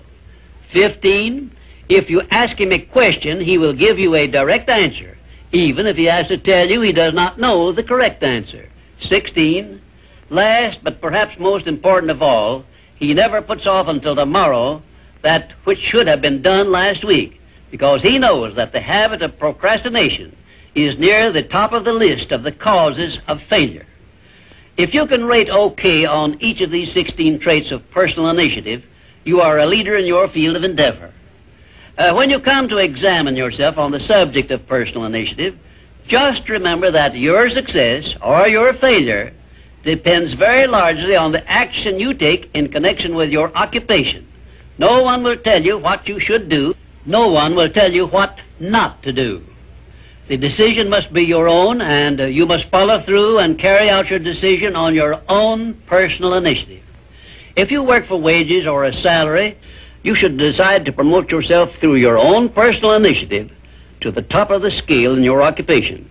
And remember that your promotion is entirely in your hands. In my previous visits, I have given you a blueprint of the steps you should take in promoting yourself to whatever station in life you desire. Now, let me give you a brief review of 8 principles we have covered previously. 1, definiteness of purpose. By now you should know what you want most from life, and you should have a plan for getting it. Here is the most important circumstance of your whole life, where you must move on your own personal initiative, because no one else can tell you what you should want most. 2, the mastermind principle. If you have not already formed a friendly alliance with those who can help you in attaining your major purpose in life, you should move on your own personal initiative and form this alliance at once. 3, going the extra mile. This is a must if your major purpose is anything above mediocrity. 4, applied faith. This is the principle which gives you power in carrying out your definite major purpose and all minor purposes. 5, a pleasing personality is an asset of priceless value, and it too is something you must acquire through your personal initiative. 6, self-discipline. The 6th principle of success is also something you acquire through your personal initiative. 7, a positive mental attitude, which is the most important of the 12 great riches of life, is also the product of your own personal initiative. 8, enthusiasm is a state of mind which only you can generate through your personal initiative. You see, therefore, that personal initiative enters into every one of the success principles. And now, until our next visit, may I remind you that there are 2 types of people who never amount to anything. Those who will not do what they are told, and those who will do nothing else. Our 10th visit brings us to one of the strangest of the 17 principles of success, because it is the principle which makes it possible for you to convert into an asset every adversity, every disappointment, every defeat, and every failure you meet with from now on the remainder of your life. Yes, the principle of learning from adversity makes it possible for you to transmute all your past failures and mistakes into an asset which will help you achieve outstanding success in the future. At the very outset of this visit, I wish to call your attention to an important fact which may give you immediate possession of the great master key to success, namely, that your positive mental attitude is the only means by which you may convert adversities, defeats, and failures into assets. It seems to have been intended that everyone should experience adversities, defeats, and even failures as a part of nature's method of disciplining people to learn how to take possession of their own minds. But the Creator very wisely provided everyone with the means for converting these experiences into benefits of a priceless value, the means being our privilege of maintaining and directing a positive mental attitude. Despite the benefits which we may get from adversities and unpleasant experiences of every nature, no one desires to meet with these experiences. Once you learn that adversities can be made to pay dividends, you will acquire the habit of looking for that seed of an equivalent benefit in each such experience with which you meet. My first illustration concerns a man of whom you may have heard, and I have no doubt you have eaten some of the food which he produced and marketed throughout the nation as a result of an adversity which would have stopped most men cold. The man was Milo C. Jones, who owned a small farm near Fort Atkinson, Wisconsin, on which he made only a fair living until he was stricken down with double paralysis, which deprived him of every portion of his body except his brain. In this hour of his greatest adversity, Milo C. Jones used his mind, took possession of it for the first time in his life, perhaps, and out of that mind came the idea of raising hogs and converting them into little pig sausage. And on that same farm, where previous to that adversity he made only a mere living, he found the seed of an equivalent benefit that compensated him for the loss of the use of his body, and lived to see little pig sausage yield him a huge fortune. Isn't it strange that so often people have to be cut down by failure and defeat before they learn that they have minds capable of mastering all of their problems? My next illustration is based on an adversity of a man whom we all know because he was President of the United States, and his name was Franklin D. Roosevelt, who was stricken in the prime of his life with polio, which destroyed the use of his legs. Instead of sitting on a street corner with a tin cup and some lead pencils, as many another might have done under similar circumstances, Franklin D. Roosevelt transmuted his affliction into a buildup of his self-reliance and lifted himself to the highest position available to mankind anywhere on this earth. Got that position and held it until he passed on. Held it longer than had any previous president. Verily, I tell you with all the enthusiasm at my command, that you may find in your adversities the necessary challenge to inspire you on to success, such as you never would have known without these experiences. Right here, may I remind you of the great importance of following the principle of a positive mental attitude, because this is the principle you will need most in converting unpleasant experiences into assets. My next illustration involves a very intimate personal experience of my own, which began when my mother passed on. I was 8 years of age. I know that the loss of one's mother at any age usually is regarded as an irreparable loss which offers no possible benefits. But even in the loss of loved ones, we may find that there is a seed of an equivalent benefit. I found that seed in one of the most wonderful persons I have ever known, when my father brought home my new mother. It was she who inspired me to prepare myself for the opportunity I was to receive later in life, when I met Andrew Carnegie and received from him the commission to organize the world's first practical philosophy of personal success.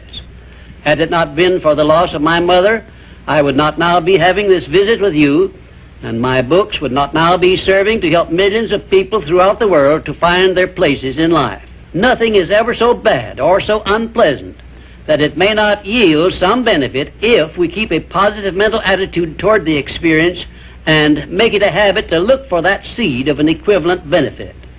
This, of course, involves the application of that important success principle, personal initiative. Now I come to an illustration which involves our great American way of life and all the personal freedom and opportunities we enjoy under our way of life. And it begins with our defeat of the British in 1778. Probably every Britisher believed that the loss of the American colonies was an irreparable loss which offered no possible benefits. Yet you and I know that if we had not defeated the British and made ourselves rich and powerful, the British Empire probably would have been wiped out in World Wars I or II. We know also that although the British Empire survived those two wars, it was our financial help which saved the British from starvation and bankruptcy. So, today, every Britisher should give thanks for the defeat of Lord Cornwallis's armistice, because that defeat finally became the means of survival of the British Empire. My next illustration brings us face to face with an adversity which involves you and I and every other person now living. I have reference to the trend in this and all other countries to rob individuals of their rights of personal freedom, a trend which is in direct violation of the obvious purpose of the Creator to give every individual the privilege of freedom of thought and action. There is something definite you and I can do about this common trend to rob us of our rights of personal freedom. We cannot turn it back entirely by our individual efforts, but we can and we should do something about it where it affects us individually and where we know what we can do and how we can do it. Of course you will ask, what can I do to influence a world trend? And I shall answer by saying there is something definite that you can do. You can refuse to accept this common trend and take full possession of your own mind, thus fulfilling your personal responsibility to your Creator. Remember those two sealed envelopes I mentioned in a previous visit. One of them is labeled riches you may enjoy by taking possession of your own mind. Very well, you have a responsibility to yourself, your loved ones, your Creator, to take possession of your own mind and to direct it to ends of your own choice. This responsibility is yours and no one else can rob you of it or fulfill it for you. You also have a responsibility to your country, which has given you our great American way of life. Our great system of free enterprise, which is so designed as to provide one with every possible motive for taking possession of his own mind and writing his own ticket in life. It is definitely a part of the overall plan of the universe to give man the benefit only of those blessings he recognizes, embraces, and uses constructively. Tie your arm to your side and take it out of use and nature rebels immediately by causing the arm to atrophy, wither, and become useless. Neglect to keep in contact with your friends and to cultivate them, and you lose them. Show indifference to the patrons from whom you earn your living, or the employer who pays your wages, and very soon you find yourself without a market for your services. It is an inevitable law of nature that you lose that which you do not use. And of course, this applies to the use of your own mind, the same as to everything else. And we who so often boast that we are citizens of the richest, the greatest, and the most powerful nation civilization has yet produced, will do well to remember this law, through which we lose that which we do not properly use. In this visit, I have brought you what may be a surprise, or even a shock, by introducing this great principle of profiting by adversity. If you are ready for this principle, you will embrace it at once, and never again, as long as you live, will you brood over unpleasant experiences without knowing full well that your efforts could be better employed by searching for that seed of an equivalent benefit which is available in those experiences. Now, before I conclude this visit, I shall give you this assignment which, if you carry it out sincerely, may well bring you a new birth of opportunity such as you never dreamed of experiencing. Go back into your past experiences, study each adversity and failure you may have experienced, and look for that seed of an equivalent benefit you had not before discovered, and you may find yourself richer than you believed yourself to be. And now, until our next visit, just remember, nothing can be called failure until you accept it as such. We have now come to our 11th visit, where I shall present creative vision, the success principle which is responsible for the building of all of our plans, aims, and purposes. It has been said that the imagination is the workshop wherein we fashion the purposes of our brain and the ideals of our soul. I do not know of a better definition of imagination than this. There are two forms of imagination. First, there is synthetic imagination, which consists of organizing and putting together of recognized ideas, concepts, and facts arranged in a new combination. Very seldom does anyone create an idea or anything else absolutely new. Nearly everything known to civilization is but a combination of something that is old. Secondly, there is creative imagination, which operates through the sixth sense and has its base in the subconscious section of the brain and serves as the exclusive medium through which basically new ideas or facts are revealed. Let me give you some examples of synthetic imagination in action. 1. Edison's invention of the incandescent electric lamp was the creation of synthetic imagination because it was created by bringing together in a new combination two old and well-known principles. 2. Clarence Saunders' idea on which the Piggly Wiggly store system was based was the result of synthetic imagination because he merely borrowed the self-help cafeteria plan and introduced it into the grocery store business. But despite the simplicity of the plan, it is said to have yielded its organizer $4 million during the first 4 years after it was put to work. 3. Henry Ford's first automobile was created through synthetic imagination by the simple procedure of bringing together the well-known method of transportation, the horse and buggy, and the steam-propelled thrashing machine.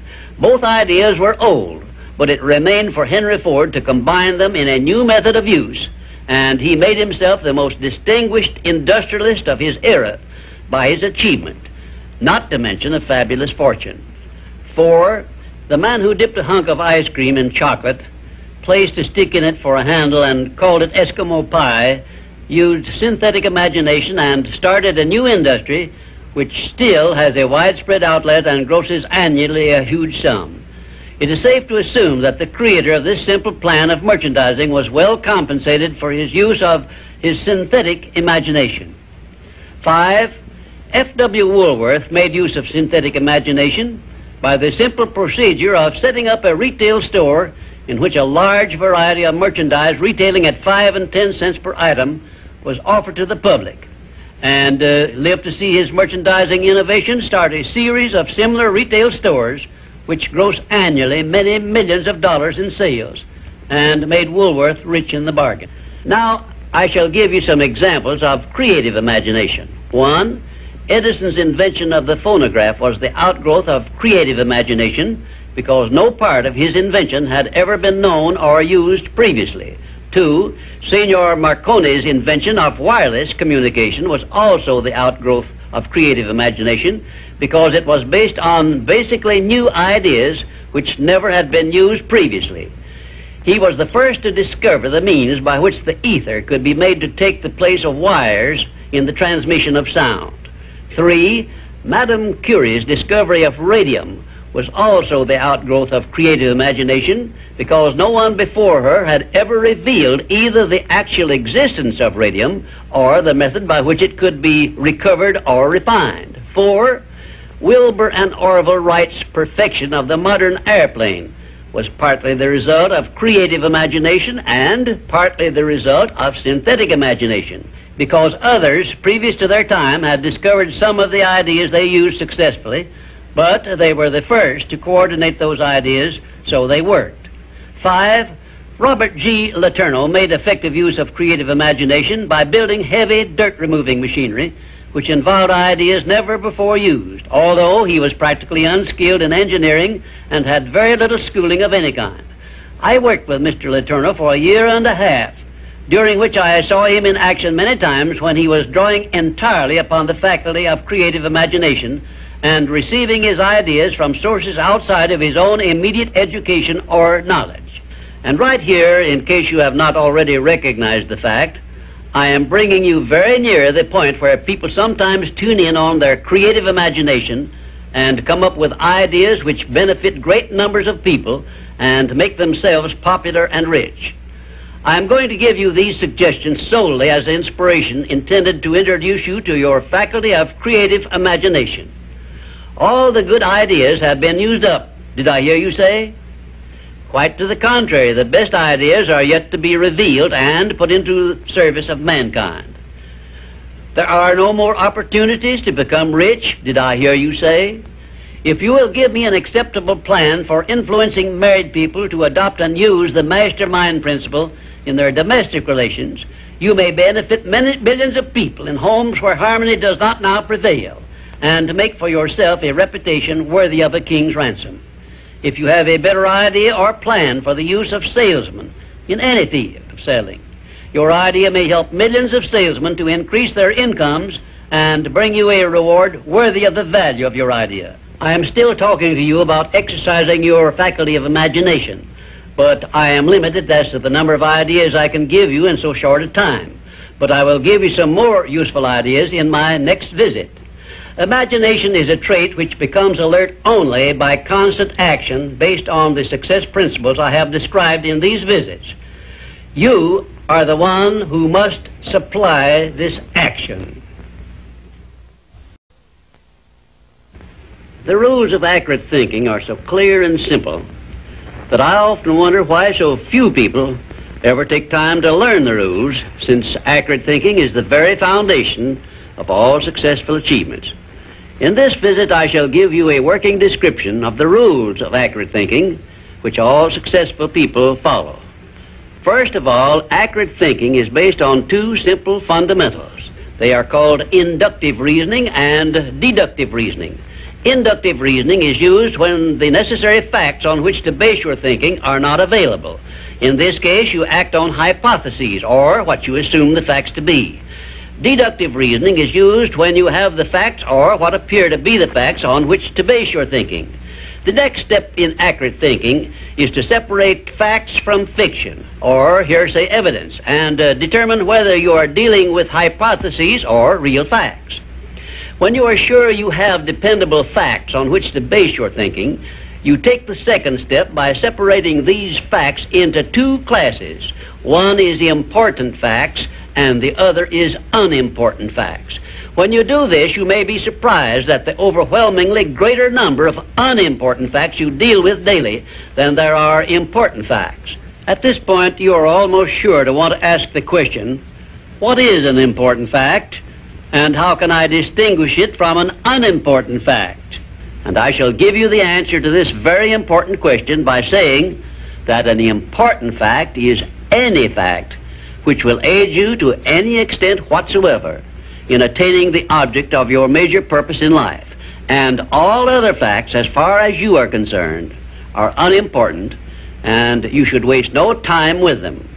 After this visit is over, you can employ the next hour to a great benefit to yourself if you will set down on paper a list of all the facts you dealt with yesterday, separating them into two classes, important and unimportant. As a matter of fact, you will make a profound discovery regarding accurate thinking if you follow the habit of daily taking inventory of all the facts that claimed your attention during the day, putting them down on paper in two separate columns, one labeled important facts and the other labeled unimportant facts. Now let us turn our attention to the subject of opinions and see to what extent loose, unsound opinions are mistaken for accurate thinking. To start with, let us recognize the truth that most opinions are without value because they are based on bias, prejudice, intolerance, guesswork, hearsay evidence, and out-and-out ignorance. These are harsh words I'm using, and they represent the source of most of the tragedies of life which people meet with unnecessarily. And I would say that of all the tragedies which cause misery and failure, none is more merciless or destructive than those which grow out of the indifference of people who make no attempt to learn how to think accurately. I shall never forget an experience I had with President Woodrow Wilson while I was working for him during World War I. I asked the President what effect he believed World War I would have on civilization, and his reply was brief, but it was a masterpiece which you should remember as long as you live. "I cannot answer your question," said the President, "because I have no facts on which to base an opinion." If you will remember Woodrow Wilson's 15-word speech every time you are about to express an opinion about anything, the chances are that you will soon get out of the habit of expressing or even having opinions not based on something more substantial than biases, prejudices, and emotional feelings which often serve as fathers to facts. You will learn, if you observe carefully, that the more successful a person is, the less he is inclined to express wild, unjustified opinions about anything. Also, you must have observed already that the drifters who are suffering with frustrations because they recognize they are failures usually have an assortment of opinions on about everything you can imagine. When I hear someone expressing a definite opinion about something of which I have definite reason to believe he knows little or nothing, I think of an experience I had when I stopped a Quaker on the streets of Philadelphia and asked him the time of day. He took out his watch, examined it carefully, and then in a slow, emphatic tone of voice he said, "Well, sir, according to this alleged timepiece, it appears to be approximately 1 minute and 10 seconds past 12 o'clock. I was particularly impressed by the care with which this Quaker identified the source of his information which he was passing on to me, and I often thought afterward how beneficial it would be if all people who express opinions or give out information would take the time to identify the source from which they were able to speak. I cannot influence all people to engage in this sort of safe thinking, but I can suggest that you give it consideration in connection with this visit on the subject of accurate thinking. Now, I shall give you a simple rule which may help you avoid being misled by unsound opinions expressed by other people. When you hear someone make a statement which your reason cannot accept as being sound, or which you question or should for safety's sake question for any reason whatsoever, ask a simple forward question. How do you know? Then stand firm on that question and either force the speaker to identify the source from which he got the information he is endeavoring to pass on as facts, or reject the statement entirely as if it had not been made. And do this no matter who is speaking or what may be his reputation for truth and veracity. Remember, you are given as your richest birthright the privilege of controlling your own thoughts. Therefore, treat this divine gift with the profound respect to which it is entitled, and do not allow anyone to do your thinking for you, or to influence your thinking in any manner whatsoever, except by the rules of accurate thinking I am passing on to you. Follow this procedure regardless of what people think or say about your method of thinking. If they wish to call you a cynic or a doubting Thomas, let that be their misfortune. But for your own good, go right on thinking by rules which will save you from many mistakes and tragedies throughout your life. Now I will give you 7 rules to follow, which, if you memorize them and follow them as a daily habit, may bring you top rating as an accurate thinker. 1. Never accept the opinions of other people as being facts until you have learned the source of those opinions and satisfied yourself of their accuracy. 2. Remember that free advice, no matter from whom it is received, will bear the closest of examination before it is acted upon as safe. And generally speaking, this sort of advice is worth exactly what it costs. 3. Alert yourself immediately when you hear anyone speaking of others in a discourteous or slanderous spirit, because this very fact should put you on notice that what you are hearing is biased, to say the very least about it, and it may be out-and-out misstatement. 4. In asking others for information, do not disclose to them what you wish the information to be, because most people have the bad habit of trying to please under such circumstances. Well-measured, tactful questions can be of great benefit to you in thinking accurately. 5. Remember that anything which exists anywhere throughout the universe is capable of proof, and where no such proof is available, it is safer to assume nothing exists. 6. One of the great unexplainable miracles consists in the fact that both truth and falsehood, no matter by what means they may be expressed, carry with them a silent, invisible means of identifying themselves as such. Therefore, remember this truth and begin developing the necessary intuitive faculty to enable you to sense what is false and what is true. 7. Follow the habit of asking, how do you know, when anyone makes a statement you cannot identify as true. Follow this habit faithfully, and you will see many persons squirm and turn red in the face when you insist upon a direct reply.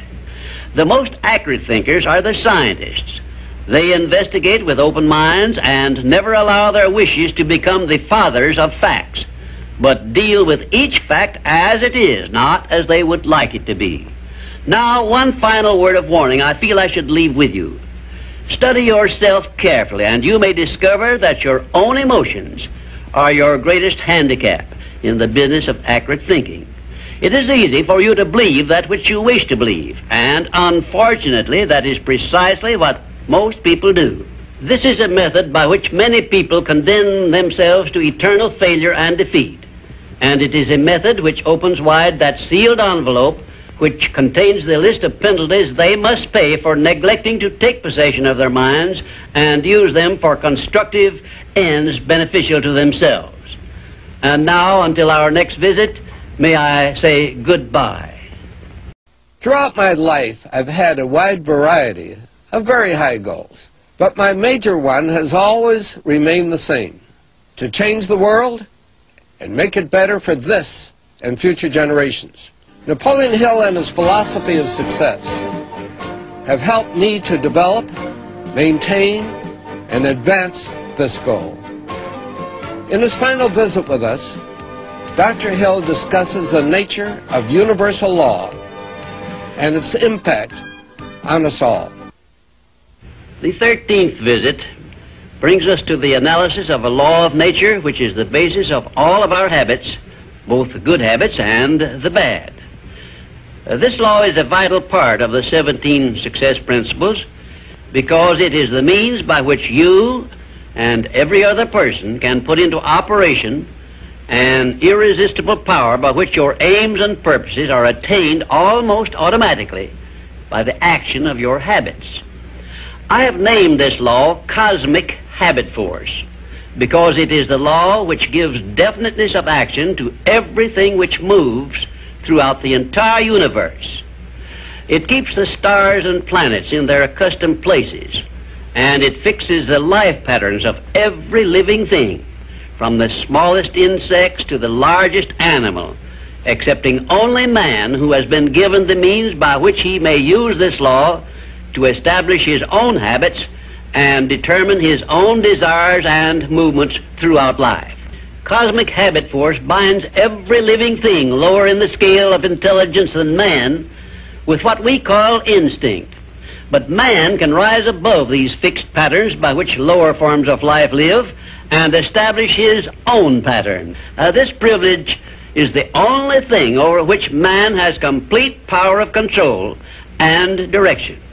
And it is interesting to observe that the Creator never gives man any form of riches without sending along with it the means by which man may do whatever he pleases with those riches.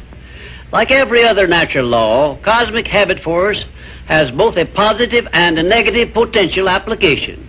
The negative application of this law is called hypnotic rhythm, which means, among other possible results, it fastens upon individuals that by our neglect to fix our thoughts upon the things we desire in life, and thereby gain the power of cosmic habit force in attaining these desires, the law automatically acts through the negative hypnotic rhythm feature and fixes our minds on the things we do not desire and attracts to us the physical counterpart of these desires.